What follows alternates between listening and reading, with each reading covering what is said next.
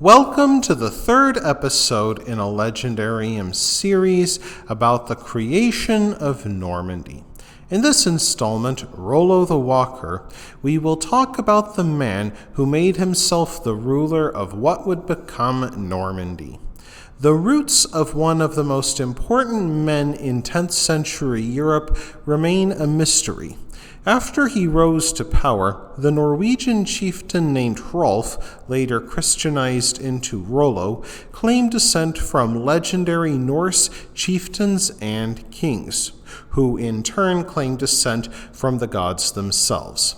Yet the relative dearth of information about Rollo the Walker implies that he came from humble beginnings and fought his way to the top. He may have been born around the year 860 in the Viking enclaves within the British Isles. Most likely, he accompanied the 885 expedition, which forced Paris to pay a heavy ransom to avoid sacking. After taking Parisian gold, Rollo and many others eagerly accepted Paris's invitation to plunder the Burgundian wine country.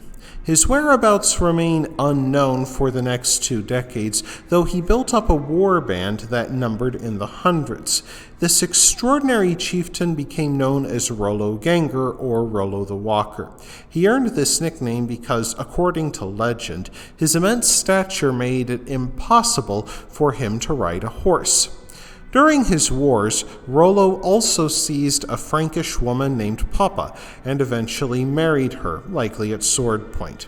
After this and many other such depredations, the Frankish nobles petitioned King Charles for help. He would provide it. Around the year 910, Rollo and his warband laid siege to the West Frankish city of Chartres. As his men approached the city walls, the gates opened and the city militia formed up. Vikings and Franks met on the battlefield, shield walls clashing, spears thrusting, both sides engaged in a deadly pushing contest. As the battle wore on, the Bishop of Chartres emerged from the gates with a cross in one hand and a reliquary in the other. A peasant mob stood at his back. By sheer numbers, the bishop's horde overwhelmed Rollo, who retreated to a nearby hill. Not long after, King Charles the Simple arrived with a force of Frankish knights to help Chartres finish Rollo the Walker for good. To thwart the Frankish king, Rollo sent infiltrators into the knights' camp. Once they assumed their position among the Frankish tents, Rollo blew a horn, the signal to attack. As the Franks stumbled out of their tents and formed up in anticipation of a night attack, Rollo instead led his men in a retreat across the river. They almost made it, but lacked enough time to embark in their ships. In a desperate gambit to save his life, Rollo ordered his men to slaughter any available livestock, and they made a barricade of dead horses and cows. Across the battlefield, the Frankish knights lowered their lances and spears, making the ground shake with a thunderous charge. Instead, once their mounts smelled the iron stench of blood, their eyes went wide and their nostrils flared. To the dismay of King Charles, the Franks' charge ended.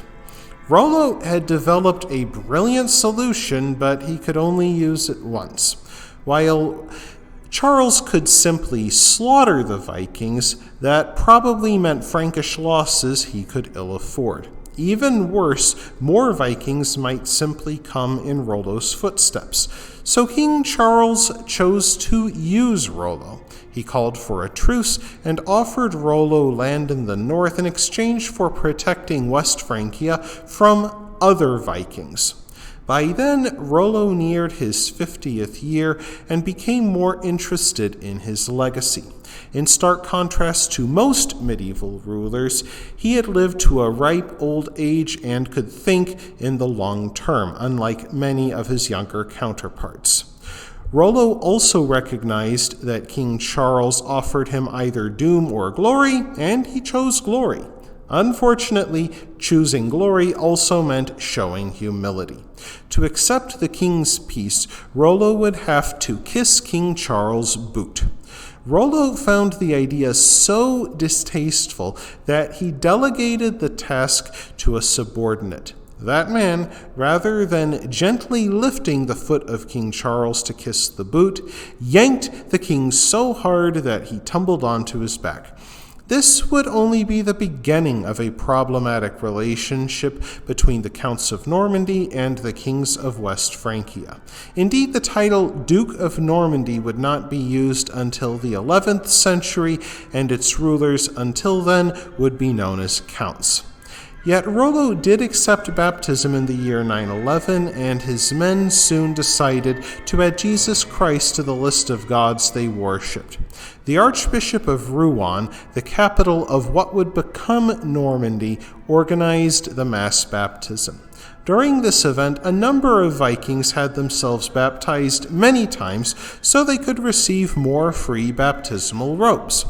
Rollo showed himself generous with more than robes, however, doling out his land to his followers and ordering the building of fortifications to fend off other Viking attackers. True to his word, Rollo made the north of France safe from other Vikings. After all, he'd gotten his legacy, and now he saw other Vikings as rivals out to spoil what he had earned. That wraps things up for this episode of the Legendarium. I hope you enjoyed it. If you did, press like. If you want to see more, press subscribe. And if you've got anything to say, let me know in the comments section. Thanks again for joining me, and I hope that you have a great rest of the day.